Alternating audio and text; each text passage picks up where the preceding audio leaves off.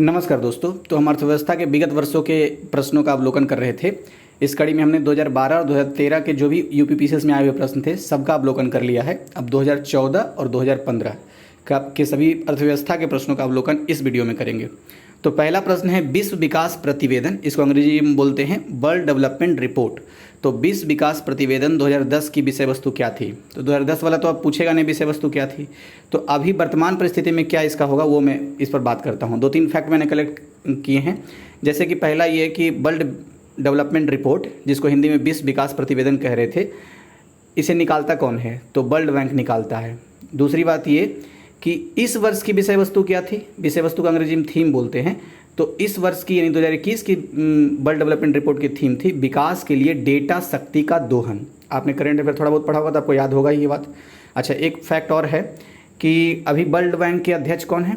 तो David Malpass हैं। तो ये 3 फैक्ट थे इसमें। नेक्स्ट, 12वीं पंचवर्षीय योजना के दौरान कृषि वानिकी एवं मत्स्य पालन की वृद्धि दर अनुमानित है। तो 12वीं पंचवर्षीय योजना में क्या अनुमानित थी? 12वीं पंचवर्षीय योजना में 4% अनुमानित थी कृषि वानिकी और मत्स्य पालन की वृद्धि दर। तो ये उम्मीद कम है, लेकिन चलिए फिर भी, चूंकि लास्ट पंचवर्षीय योजना था ये 12वीं पंचवर्षीय योजना, लास्ट मतलब कुल मिला के 12 पंचवर्षीय योजना बनाया गया। उसके बाद तो फिर अब नीति आयोग काम कर रहा है तो उसका तो अलग ही स्ट्रेटजी है। तो खैर 4% था, ये ध्यान रखना है। अच्छा, 2012 का ये पूछता है अभी कि मेन उद्देश्य क्या था? तो जो मुख्य उद्देश्य था तीव्र, अधिक समावेशी और धारणीय विकास, ये मुख्य उद्देश्य था 12वीं पंचवर्षीय योजना का। कब से कब तक था? 2012 से 2017 तक। 3 फैक्ट हो गया।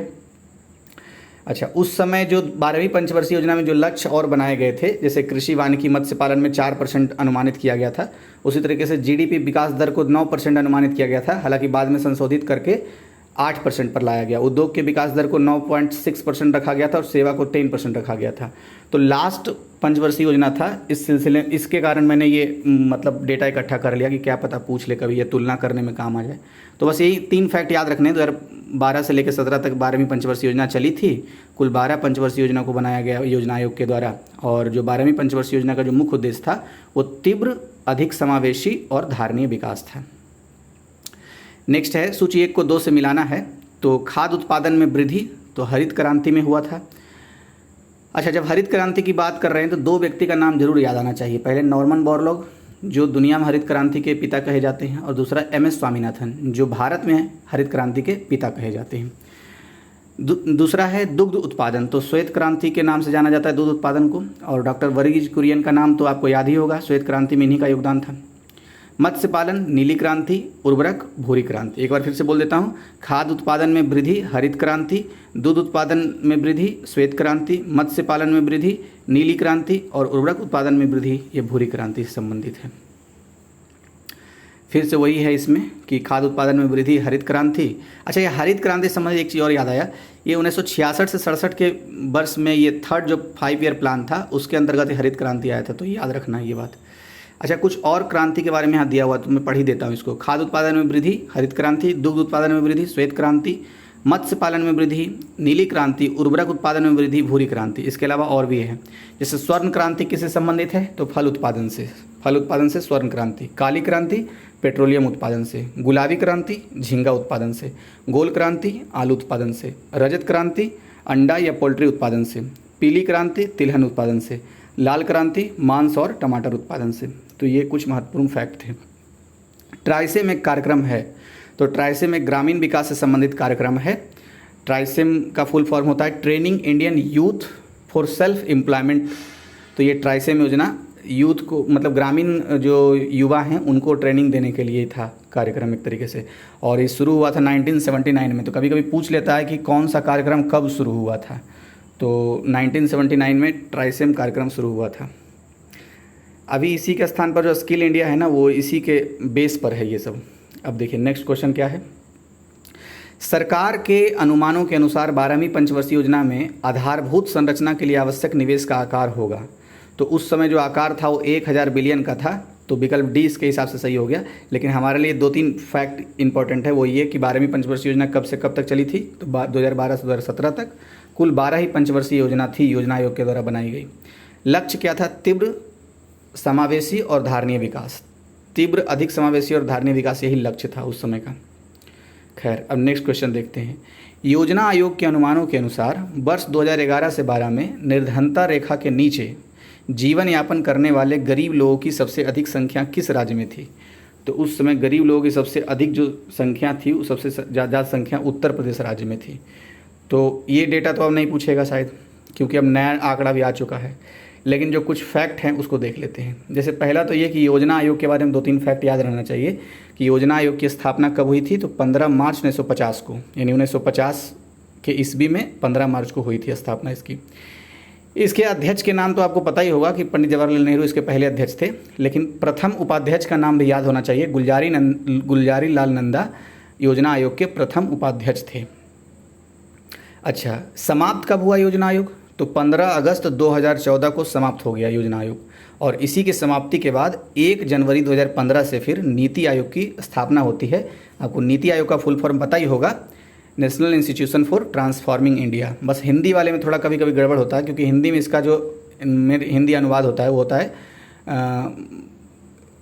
ये राष्ट्रीय भारत परिवर्तन संस्थान, ऐसे करके इसका हिंदी होता है। खैर, अच्छा, अब एक चीज़ है यहाँ पर गरीबी। तो गरीबी से संबंधित कुछ समितियों के नाम हमें याद होने चाहिए। जैसे कि सबसे पहले गरीबी का अनुमान दादा भाई नौरोजी ने, उनकी जो पुस्तक थी ना, poverty in British rule in India, तो उसमें उन्होंने अनुमान लगाया था। दूसरा, जो भारत में गरीबी के बारे में जो डेटा इकट्ठा करने का बात आता है, उसमें नीलकांत दांडेकर और BM रथ फार्मूला के हिसाब से आता है। फिर तीसरा आता है बाई के अलग समिति, चौथा आता है DT लकड़वाला समिति, और फिर पांचवा है सुरेंद्र तेंदुलकर समिति, और छठा जो कि लास्ट अभी तक का है वो है C रंगराजन समिति।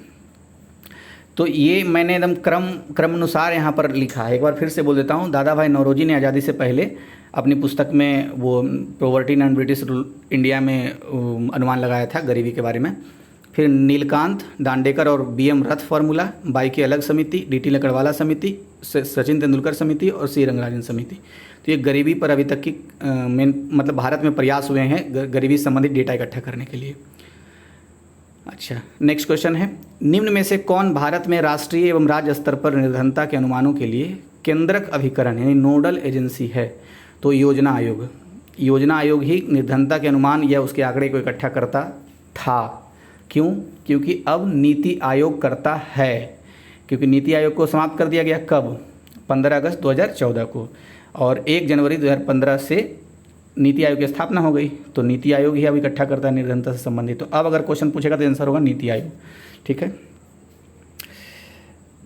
नेक्स्ट देखते हैं। ग्रामीण अवस्थापना विकास कोष का सृजन किसके अधीन किया गया है? तो ग्रामीण अवस्थापना विकास कोष को रूरल इंफ्रास्ट्रक्चर डेवलपमेंट फंड भी कहते हैं अंग्रेजी में। तो ये जो सृजन किया गया था ये नबार्ड के अधीन सृजन किया गया था। तो विकल्प बी इसका आंसर है। अब जब नबार्ड की बात आई है तो 2-4-5 फैक्ट को याद करते हैं। जब सबसे पहला ये कि स्थापना कब हुआ था, तो 12 जुलाई 1982 को नबार्ड की स्थापना हुई है। किस समिति की सिफारिश पर नबार्ड बैंक की स्थापना हुई थी? तो शिवरामन समिति की सिफारिश पर। हेड क्वार्टर कहाँ है? मुंबई में हेड क्वार्टर है नबार्ड का। और नबार्ड का मेन काम क्या है? तो कृषि एवं ग्रामीण वित्त के लिए शीर्ष संस्था के रूप में काम करता है ये। अच्छा, ये ग्रामीण अवस्थापना विकास कोष जिसको मैं रूरल इंफ्रास्ट्रक्चर डेवलपमेंट फंड के बारे में बोल रहा था, तो ये कब बना था ये फंड? ये 1995 से 96 यानी 1995 से 96 के बीच में, मतलब उसी बजट जब पेश हुआ था ना, उसी में ये बात कही गई थी। अब नेक्स्ट देखते हैं। विजन 2020 फॉर इंडिया दस्तावेज संबंधित है, तो ये आर्थिक विकास से संबंधित है। विकल्प सी इसका आंसर हो जाएगा। और इसको प्रस्तावित किसने किया था? तो मिसाइल मैन के नाम से जाने वाले अब्दुल कलाम, APJ अब्दुल कलाम ने किया था, राष्ट्रपति हैं भारत के रहे हैं। नेक्स्ट क्वेश्चन, निर्धनता का दुष्चक्र की अवधारणा संबंधित है। तो पहला तो थोड़ा इंग्लिश शब्द भी जानिए कि निर्धनता का दुष्चक्र, इसको अंग्रेजी में बोलते हैं विशियस साइकिल ऑफ पॉवर्टी। तो ये अवधारणा जो है ये नर्क्से ने दिया था। इनका पूरा नाम क्या है याद नहीं आ रहा है मुझे, लेकिन नर्क्से ने दिया था शायद। हाँ, रैगनर नर्क्से ने दिया था। तो विकल्प बी इस हिसाब से इसका सही है। दरअसल इन्होंने ना 1953 में किताब लिखी थी। उस किताब का नाम था problems of capital formations in under developing countries. तो अंडर डेवलप्ड कंट्रीज, तो ये पुस्तक में ही इन्होंने ये अवधारणा कॉन्सेप्ट पेश किया था, निर्धनता का दुष्चक्र। तो ऐसे ही पूछ सकता है कि problems of capital formation in under developing country book के लेखक कौन है? तो रैग्नारॉक से। या फिर क्वेश्चन ऐसे ही बन सकता है कि निर्धनता का दुष्चक्र की अवधारणा किसने दिया, मतलब रिपीट हो जाए क्वेश्चन, तो नक्से ने दिया या रैग्नारॉक से ने दिया। पुस्तक कब आई थी, तो 1953 में आई थी। तो यही मेन फैक्ट थे इससे संबंधित। सूची 1 को 2 से मिलाना है। तो सर्व शिक्षा अभियान कब आया था, 2001 में। साक्षरता मिशन 2009 में। ऑपरेशन ब्लैक बोर्ड तो 1987 में आया था। और राष्ट्रीय साक्षरता मिशन ये 1988 में आया हुआ है। देखिए एक बार फिर से रिवीजन हो जाएगा। सर्व शिक्षा अभियान 2001 में, साक्षर भारत अभियान 2009 में, ऑपरेशन ब्लैक बोर्ड 1987 में, और राष्ट्रीय साक्षरता मिशन 1988 में आया था। अब नेक्स्ट देखते हैं। अच्छा, एक पिछले वर्ष वाले में क्वेश्चन में था असंगठित श्रमिक सामाजिक सुरक्षा अधिनियम कब आया था, 2008 में आया था। पिछले वीडियो मैंने पढ़ लिया था, बस यहाँ पर सिर्फ रिकलेक्ट कर रहा हूँ। अब देखिए नेक्स्ट क्वेश्चन है, भारत सरकार द्वारा घोषित एबीसी सूचकांक संबंध है। तो एबीसी सूचकांक का संबंध किससे है, तो स्वास्थ्य से संबंधित है। एबीसी सूचकांक क्या होता है, व्याख्या पढ़ते हैं। एबीसी सूचकांक अर्थशास्त्रियों ज्ञा द्रेज, रितिका खेड़ा और सुधा नारायण द्वारा विकसित एक सूचकांक है, जिसका अर्थ है शिशुओं और बालकों की उपलब्धियां सूचकांक, अर्थात ABC यानी achievements of babies and children index. इस सूचकांक के द्वारा उत्तरजीविता, टीकाकरण, पोषण और स्कूल जाने के 4 संकेतकों के औसत के आधार पर बच्चों के विकास का अवलोकन किया जाता है। मतलब ये हुआ कि ABC सूचकांक स्वास्थ्य से संबंधित है। कितने आयाम हैं इसके, 4 हैं। क्या क्या, उत्तरजीविता, टीकाकरण, पोषण और स्कूल जाने के दिन या अवधि। तो ये 4 इसके संकेतक हैं। नेक्स्ट क्या है, निम्नलिखित में से एक अंतरिम रेल बजट 2014-15, तो ये उस समय के बजट से है तो महत्वपूर्ण नहीं है, लेकिन चूंकि रेल बजट की बात कर रहे हैं तो 1-2 फैक्ट को याद कर लेते हैं। जैसे कि हमें पता ही है कि 1921 में एक वर्ष समिति की सिफारिश पर रेल बजट को मुख्य बजट से, आम बजट से मतलब कि अलग किया गया था। और एक वर्ष समिति आई थी कब, 1921 में। लेकिन बजट से मेन रूप से इसकी सिफारिशों को लागू कब किया गया, तो 1924 में जो आया था, पहला रेल बजट आया था 1924 में, यानी कि आम बजट से अलग कर दिया गया। अच्छा, 2 फैक्ट हो गए। तीसरा फैक्ट ये हुआ, मतलब 1924 में निर्णय ले लिया गया था। 1924 में जब निर्णय लिया गया तो पहली बार जो रेल बजट आया अलग से तो 1925 में लागू हुआ। देखिए मैं फिर से बोलता हूँ, 1921 में एक वर्ष समिति गठित की गई, उसने सिफारिश किया, उस सिफारिशों के आधार पर 1924 में निर्णय हो गया कि हाँ अब आम बजट से रेल बजट अलग हो जाएगा। ठीक है, तर्क ये दिया गया था क्योंकि रेल अपना खुद से अर्जन करता है तो इसलिए उसका अलग बजट होना चाहिए। फिर 1925 में पहली बार लागू हो गया, यानी कि अगर पूछे कि रेल बजट भारत में पहली बार पृथक रूप से रेल बजट कब लागू हुआ था, तो 1925 में लागू हुआ था। और कब समाप्त हो गया फिर, तो 2017 में इसको फिर से आम बजट में मिला दिया गया, जैसे कि 1925 से पहले मिला हुआ था। ठीक है, तो 2014 का प्रश्न सारा समाप्त हुआ। अब 2015 वाले में देखते हैं। देखिए पहला प्रश्न है, योजना आयोग का अंत किस प्रधानमंत्री ने किया। तो ये तो आसान सा प्रश्न है, नरेंद्र मोदी जी ने किया। तो 2015 का है तो उसमें करंट के हिसाब से पूछा था। खैर हम लोग कुछ फैक्ट को इकट्ठा करते हैं। जैसे योजना आयोग का स्थापना कब हुआ था, तो स्थापना हुआ था 1950 में, 15 मार्च 1950 को हुआ था। समाप्ति कब हो गई, तो 15 अगस्त 2014 को समाप्ति हो गई। प्रथम अध्यक्ष तो पता ही होगा क्योंकि प्रधानमंत्री ही पदेन अध्यक्ष होता है, तो पंडित जवाहरलाल नेहरू इसके प्रथम अध्यक्ष थे। खैर मैं उपाध्यक्ष पर ज़्यादा फोकस कर रहा हूँ। उपाध्यक्ष इसके पहले, योजना आयोग के पहले उपाध्यक्ष गुलजारी लाल नंदा थे। ठीक है, अब इसको समाप्त करके कौन सा संस्था आया, तो नीति आयोग आया। कब, 1 जनवरी 2015 को आया। इसका फुल फॉर्म क्या होता है, तो इंग्लिश में होता है कि national institution for transforming India. ध्यान रखिएगा, ऑफ नहीं है, फॉर है, फॉर ट्रांसफॉर्मिंग इंडिया। बस हिंदी में इसका रूपांतरण में थोड़ा सा केयरफुल रहना है कि राष्ट्रीय भारत परिवर्तन संस्था, ऐसा इसका नाम है। अच्छा, योजना आयोग क्या करता था, 5 वर्ष के लिए प्लान बनाता था। लेकिन नीति आयोग क्या वैसा ही करता है, नहीं। ये 3 तरह का प्लान बनाता है, एक 3 साल का, एक 7 साल का, एक 15 साल का। 3 साल के जो प्लान बनाते हैं उसको बोलते हैं एक्शन एजेंडा, और जो 7 साल का प्लान बनाता है उसको बोलते हैं रणनीति यानी स्ट्रेटेजी, और जो 15 साल का बनाता है प्लान जो नीति आयोग, उसको बोलते हैं विजन। तो ये इसके 3 तरह के प्लान बनते हैं जो बिल्कुल डिफरेंट है योजना आयोग से। अच्छा, इसके उपाध्यक्ष अभी कौन हैं, तो इसके उपाध्यक्ष अभी हैं डॉक्टर राजीव कुमार। ध्यान रखना है, ये कैबिनेट मंत्री के दर्जा प्राप्त होते हैं ये। और अगर वरीयता क्रम में, पॉलिटी के कंसेप्ट के हिसाब से बता रहा हूँ, अगर वरीयता क्रम में हम देखेंगे तो शायद 7वां पोजीशन इनका आता है वरीयता क्रम में, यानी इसकी रैंक 7 में आती है। कैबिनेट मंत्री जो होते हैं या अपोजिशन ऑफ लीडर जो होता है, जैसा वैल्यू उन लोगों का है राज्य व्यवस्था में, वैसा ही वैल्यू योजना आयोग के उपाध्यक्ष का भी होता है। अच्छा, सीईओ कौन है? तो अमिताभ कांत इसके सीईओ हैं। एक जो इम्पोर्टेंट फैक्ट मुझे लग रहा है वो ये कि अगर ऐसा पूछ ले कि प्रथम उपाध्यक्ष कौन थे, तो अरविंद पनगड़िया थे। तो ये बात याद रखना है, प्रथम उपाध्यक्ष अरविंद पनगड़िया। जैसे कि योजना आयोग के प्रथम उपाध्यक्ष तो गुलजारी लाल नंदा।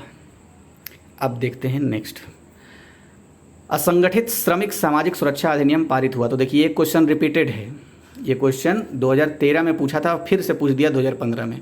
तो असंगठित श्रमिक सामाजिक सुरक्षा अधिनियम पारित हुआ था 2008 में। ये अभी भी मैं रिकलेक्ट किया था उस समय जब सर्व शिक्षा अभियान वाले डेट को हम देख रहे थे। फिर से यहाँ आप सर्व शिक्षा वाला देख लेते हैं। सर्व शिक्षा अभियान कब आया? 2001 में। साक्षर भारत मिशन कब आया? 2009 में। ऑपरेशन ब्लैक बोर्ड कब आया? 1987 में। और राष्ट्रीय साक्षरता मिशन 1 साल बाद 1988 में। तो ये फिर से रिकलेक्ट कर लिए। अब देखिए नेक्स्ट क्वेश्चन, मानव पूंजी में बढ़ता हुआ विनियोग अग्रसारित करता है। तो संसाधनों का समुचित प्रयोग, उत्पादकता में वृद्धि, कुशलता में विकास, ये तीनों यानी उपरोक्त सभी को अग्रसारित करता है। खैर, ये तो हो गया क्वेश्चन का आंसर। अब कुछ फैक्ट देखते हैं। जैसे मानव पूंजी जो शब्द है, ह्यूमन कैपिटल, ये इसको दिया किसने? तो ये 1960 के दशक में ये प्रचलित हुआ ह्यूमन कैपिटल, मतलब ह्यूमन को भी कैपिटल माना जाने लगा पूंजी की तरह। और किसने ये प्रचलित करवाया? Theodore Schultz. थियोडर सुल्ज का नाम इस उद्देश्य के लिए आता है कि थियोडर सुल्ज के कारण ही 1960 के दशक में मानव पूंजी जैसे शब्दों का प्रचलन बढ़ा दुनिया के स्तर पर। अच्छा, निर्धनता के दुष्चक्र की अवधारणा भी हमने पढ़ा था, तो इसको भी थोड़ा सा रिकलेक्ट करते हैं एक तरीके से। निर्धनता के दुष्चक्र की अवधारणा किसने दिया है? तो रैगनर नर्क्से ने दिया था। कैसे? 1953 में किताब उनकी आई थी, जिसका किताब का नाम क्या था? The problems of capital formation in under developing countries. तो ये आया था अंडर डेवलप कंट्रीज, ये आया था उनका पुस्तक 1953 में। उसी में रैगनर नर्क्से ने निर्धनता के दुष्चक्र की अवधारणा दी थी। इसको अंग्रेजी में क्या बोलते हैं? अब आप बताइएगा, मैं ऊपर में बताया था आपको। देखिए, पढ़ लेते हैं व्याख्या में भी। पद मानव पूंजी यानी ह्यूमन कैपिटल 1960 के दशक में अर्थशास्त्री थियोडोर सुल्ज के द्वारा प्रचलित हुआ। उन्होंने मानव पूंजी को भी अन्य पूंजी के समान ही माना। उनके अनुसार मानव पूंजी में बढ़ता हुआ विनियोग उत्पादकता में वृद्धि की ओर ले जाएगा, जिसका क्रमिक विस्तार निम्नवत है: समुचित संसाधन प्रयोग, कुशलता में विकास और उत्पादकता में वृद्धि। यही तीनों ऑप्शन में दिया हुआ था। नेक्स्ट देखते हैं, जो सही सुमेलित नहीं है उसको पहचानना है। तो जन श्री बीमा योजना 2000 में चालू हुआ था, सही है ये। राष्ट्रीय ग्रामीण स्वास्थ्य मिशन 2005 में चालू हुआ था, ये भी सही है। आम आदमी बीमा योजना 2007 में शुरू हुआ था, ये भी सही है। बस MG नरेगा जो है ये 2009 में 2 अक्टूबर 2009 में शुरू हुआ था। तो इस लेकर के ये मतलब पहले नरेगा के नाम से जाना जाता था, फिर मनरेगा, इसको 2 अक्टूबर 2009 को इसका नाम परिवर्तन करके मनरेगा कर दिया गया, महात्मा गांधी के नाम पर रख दिया गया। वही यहाँ पर है, देखिए ना, मैं पढ़ देता हूँ व्याख्या को, तो रिवीजन भी हो जाएगा एक तरीके से। जन श्री बीमा योजना 10 अगस्त 2000 को प्रारंभ की गई। राष्ट्रीय ग्रामीण स्वास्थ्य मिशन का आरंभ 12 अप्रैल 2005 को हुआ और आम आदमी बीमा योजना 2 अक्टूबर 2007 को प्रारंभ की गई थी। राष्ट्रीय ग्रामीण रोजगार गारंटी अधिनियम 2005 का पुनर्नामांकन 2 अक्टूबर 2009 को MG नरेगा के रूप में किया गया, यानी मनरेगा के रूप में किया गया। ठीक है, अब देखते हैं नेक्स्ट। निम्नलिखित में से कौन सा अर्थव्यवस्था में जनसंख्या वृद्धि का प्रतिकूल प्रभाव नहीं है? तो 2 शब्द होते हैं, एक होता है अनुकूल जो मतलब सकारात्मक तरीके से संकेत करता है, एक होता है प्रतिकूल जो नकारात्मक संकेत करता है। तो इसमें पूछ रहा है प्रतिकूल प्रभाव नहीं है, यानी नकारात्मक प्रभाव नहीं है। तो देखिए, जोतों का आकार में कमी, तो अर्थव्यवस्था में अगर जनसंख्या का वृद्धि होगा तो ये तो प्रतिकूल प्रभाव है, ये तो नकारात्मक प्रभाव है। अगर जोत के आकार कम हो जाते हैं, यानी खेत के टुकड़ों की संख्या अगर और छोटा हो जाए तो ये नकारात्मक प्रभाव होगा। बढ़ती हुई बेरोजगारी, ये भी नकारात्मक प्रभाव है, यानी प्रतिकूल प्रभाव है। हमें ढूंढना क्या है जो प्रतिकूल प्रभाव नहीं है। अनाजों की प्रति व्यक्ति उपलब्धता में कमी, तो ये बात सही है, लेकिन प्रतिकूल प्रभाव है। प्रतिकूल प्रभाव क्या नहीं होगा? तो कार्यकारी जनसंख्या के आकार में वृद्धि, ये प्रतिकूल प्रभाव नहीं होगा, यानी इसका ये प्रभाव नहीं आएगा। अब देखिए, मैं व्याख्या भी पढ़ी देता हूँ तो और क्लियरिटी हो जाएगी। कार्यकारी जनसंख्या के आकार में वृद्धि जनसंख्या वृद्धि का प्रतिकूल प्रभाव नहीं है, बल्कि यह जनसंख्या वृद्धि का अनुकूल प्रभाव है। जनसंख्या वृद्धि के कारण कार्यकारी जनसंख्या के आकार में उत्तरोत्तर वृद्धि होती है, जबकि जोतों के आकार में कमी, बढ़ती हुई बेरोजगारी तथा अनाजों की प्रति व्यक्ति उपलब्धता में कमी जनसंख्या वृद्धि का ही परिणाम है। स्पष्ट हो गया होगा मेरे ख्याल से। नेक्स्ट क्वेश्चन है, निम्नलिखित में से कौन सा भारत में भूमि सुधार का हिस्सा नहीं है? तो जमींदारी प्रथा का उन्मूलन भूमि सुधार का हिस्सा है। भूमि जोतों की अधिकतम सीमा का निर्धारण ये भी भूमि सुधार का हिस्सा है। काश्तकारी सुधार ये भी भूमि सुधार का हिस्सा है। जबकि बहुफसलीय योजना ये कृषि फसल सुधार का हिस्सा है, भूमि सुधार का नहीं, तो इसलिए विकल्प डी इसका सही आंसर हो जाएगा। अब भूमि सुधार से संबंधित कुछ अनफैक्ट को याद करते हैं। जैसे आपको याद आ रहा होगा कि भूमि सुधार के लिए ही जो भारत में सबसे पहला संविधान संशोधन हुआ है, जिसके अंतर्गत 1951 में पहला संविधान संशोधन हुआ था, जिसके अंतर्गत क्या किया गया, 9वीं अनुसूची को जोड़ा गया संविधान में। तो ये लैंड रिफॉर्म से ही संबंधित था। तो याद रखना है, अगर मेंस में अगर लिखना हो यूपीएससी या यूपीपीसीएस में, तो हम ये कह सकते हैं कि सरकार ने भूमि सुधार की दिशा में पहले संविधान संशोधन से ही, मतलब कि गणतंत्रता के बाद पहले वर्ष से ही प्रयास करना शुरू कर दिया था सरकार ने, भारत सरकार ने। तो पहला संविधान संशोधन के तहत 9वीं अनुसूची जोड़ा गया, जिसमें लैंड रिफॉर्म संबंधित प्रावधान थे। अब नेक्स्ट देखते हैं, निम्नलिखित विकल्पों में से कौन सही सुमेलित नहीं है। तो देखिए, औद्योगिक वित्त सिडबी देता है, ये बात सही है। सामाजिक सुरक्षा उपाय भारत निर्माण से संबंधित है ये। फिर नेक्स्ट क्या है, ग्रामीण साख ये नाबार्ड से संबंधित है। और ग्रामीण रोजगार तो ये SJSIY से संबंधित नहीं है, क्योंकि SJSIY जो है ये क्या होता है अभी तो नीचे पढ़ेंगे, मगर ये अपना इतना समझिए कि शहरी रोजगार से संबंधित है, SJSRY। अब देखिए, ग्रामीण रोजगार से यहाँ पर होना चाहिए था ट्राइसेम, अभी हमने ऊपर में पढ़ा था ना, TRYSEM training for rural youth skill employment scheme for self employment, तो वो वाली ये योजना होनी चाहिए थी यहाँ पर, मगर है नहीं, तो इसलिए आंसर इसका डी हो जाएगा। अच्छा, औद्योगिक वित्त से संबंधित अभी हमने सिडबी के बारे में देखा। सिडबी के बारे में 2 फैक्ट मैंने नोट किया है। पहला ये कि इसकी स्थापना 1990 में 2 अप्रैल 1990 में हुई थी। इसका हेडक्वार्टर जो है लखनऊ में है, किसकी, सिडबी की। अच्छा, नाबार्ड के बारे में आया है, जो ग्रामीण साख की शीर्ष संस्था है। तो आपको याद आ ही रहा होगा कि 12 जुलाई 1982 को इसकी स्थापना हुई शिवरामन समिति की सिफारिश पर। हेडक्वार्टर मुंबई में है। आपसे एक क्वेश्चन पूछता हूँ, आप कमेंट बॉक्स में बताइएगा, जिस समय नाबार्ड की स्थापना हुई उस समय देश में कौन सी पंचवर्षीय योजना चल रही थी, आप बताइए कमेंट बॉक्स में।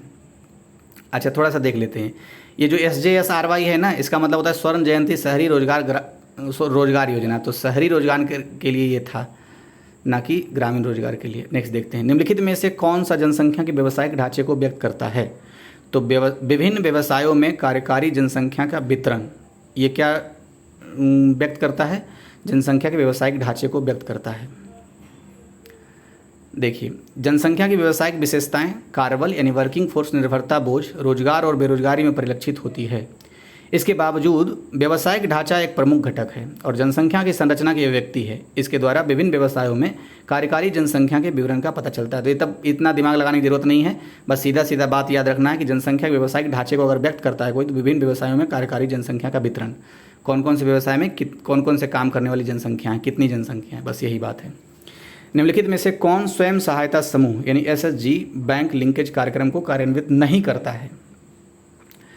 तो कौन नहीं करता है, नाबार्ड नहीं करता है, जबकि RRB करता है, व्यापारिक बैंक करता है, सहकारिता बैंक करता है। हाँ, फंडिंग जरूर करता है नाबार्ड, लेकिन लिंकिंग का काम ये नहीं करता है।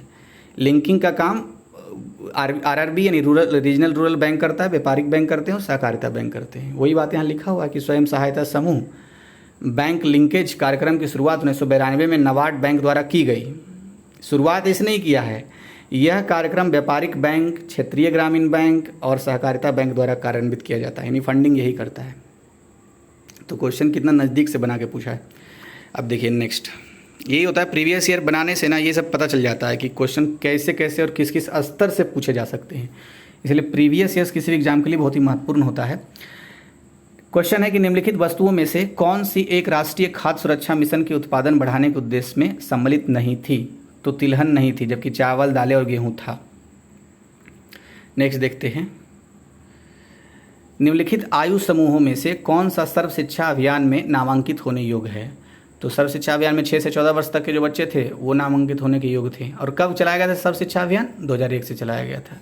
तो क्वेश्चन देखिए ऐसे इनडायरेक्टली पूछता है, जो पिछले वर्ष पूछा सर्व शिक्षा अभियान से, इस बार भी सर्व शिक्षा अभियान से पूछा, लेकिन थोड़ा क्वेश्चन अलग हट के पूछा, उससे संबंधित ही। मतलब क्या सीखना है कि मतलब अगर 2020 वाले जो भी क्वेश्चन पूछे थे उसके आसपास की इर्द गिर्द की चीज़ें भी जानकारी ले लेनी है, तो हेल्पफुल रहेगा। वही बात लिखा हुआ व्याख्या में कि सर्व शिक्षा अभियान का प्रारंभ केंद्र सरकार ने 2001 में किया। 6 से 14 वर्ष तक की आयु वर्ग के सभी बच्चों को शामिल किया गया है। प्राथमिक शिक्षा को बढ़ावा देने के लिए ये कार्यक्रम है और राज्यों की सहभागिता से ये चलाया जा रहा है। बस इतना ही पॉइंट है इसमें। नेक्स्ट क्वेश्चन है, हरित क्रांति नई कृषि व्यूह रचना का परिणाम थी जो 20वीं सदी में प्रारंभ की गई थी। तो कब की गई थी? 7वें दशक के दौरान की गई थी। मैंने कहा कि जब हरित क्रांति का नाम आए तो दो व्यक्ति का नाम जरूर आना चाहिए, एक नॉर्मन बोरलॉग जो father of green revolutions world level पर कहे जाते हैं, और दूसरा MS स्वामीनाथन जो father of green revolution in India कहे जाते हैं। और इसकी शुरुआत या फिर जो इसका मतलब कार्यान्वयन हुआ है वो 3rd 5 ईयर प्लान में हुआ है 1966 से 67 के बीच में। तो ये कुछ खास बातें थी इसमें।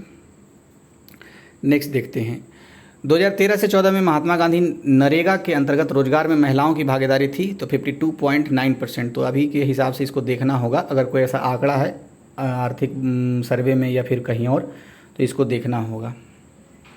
मेरे ख्याल से उस समय आर्थिक सर्वे में ही आया होगा ये आंकड़ा। चलिए मैं कोशिश करूँगा कि आर्थिकी जो आया है ना घटना चक्र का, उसके कुछ महत्वपूर्ण चैप्टर को मैं अपलोड करूँ। देखता हूँ कर पाता हूँ कि नहीं, लेकिन कोशिश करूँगा। नेक्स्ट लिखा हुआ है, निम्नलिखित में से कौन सा भारतीय अर्थव्यवस्था का प्राथमिक क्षेत्र है? तो जो दिए गए हैं विकल्प उसके हिसाब से तो कृषि जो है प्राथमिक क्षेत्र है, बाकी सब प्राथमिक क्षेत्र नहीं है। देखिए, भारतीय अर्थव्यवस्था में प्राथमिक क्षेत्र में शामिल गतिविधियां हैं कृषि संबंध गतिविधियां, मत्स्यिकी, वानिकी, खनन तथा उत्खनन।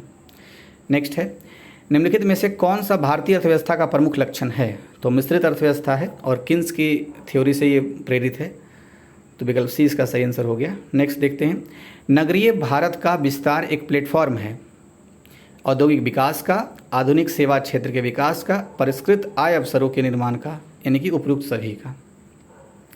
नेक्स्ट है, राष्ट्रीय ग्रामीण पेयजल कार्यक्रम का हिस्सा है, तो भारत निर्माण का हिस्सा है राष्ट्रीय ग्रामीण पेयजल कार्यक्रम।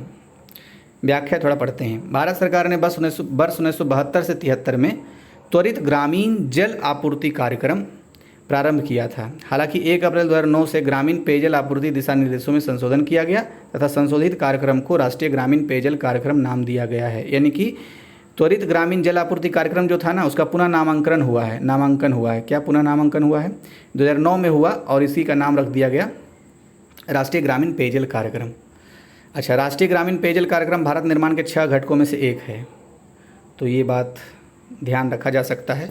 प्री मेंस दोनों के लिए महत्वपूर्ण है, फिलहाल तो अभी प्री पे ध्यान देना है। अब नेक्स्ट देखते हैं, MG नरेगा के सकारात्मक परिणामों के संबंध में निम्नलिखित कथनों पर विचार कीजिए। तो देख लीजिए, नरेगा से क्वेश्चन यानी मनरेगा से क्वेश्चन पूछ रहा है। इस साल भी पूछेगा ही, क्योंकि कोरोना में लॉकडाउन में ये बहुत महत्वपूर्ण रहा है एक तरीके से ये योजना। ग्रामीण गरीब की क्रय शक्ति में पर्याप्त वृद्धि होती है और शहरों की तरफ प्रवास में कमी होती है। मनरेगा का सीधा असर ये होता है, जो गलत था उसको छोड़ दिया हमने। तो देखिए, अब वही चीज़ लिखा है, मनरेगा के सकारात्मक परिणामों में ग्रामीण गरीब की क्रय शक्ति में पर्याप्त वृद्धि होती है, यानी लोग क्रय करेंगे, खरीदने की क्षमता बढ़ेगी क्योंकि आमदनी होगी। श्रमिकों की सौदेबाजी शक्ति में वृद्धि होती है और श्रमिकों की मांग अगर मतलब डिमांड ठीक ठाक रहेगी तो सौदेबाजी कर सकते, उनके मजदूरी रेट बढ़ेंगे और क्या। और शहरों की तरफ प्रवास में कमी होती है, इससे क्या होगा कि शहरों का बर्डन भी कम होगा। नेक्स्ट है, निम्नलिखित में से कौन 2005 से 6 में प्रारंभ की गई भारत निर्माण का अंग नहीं है?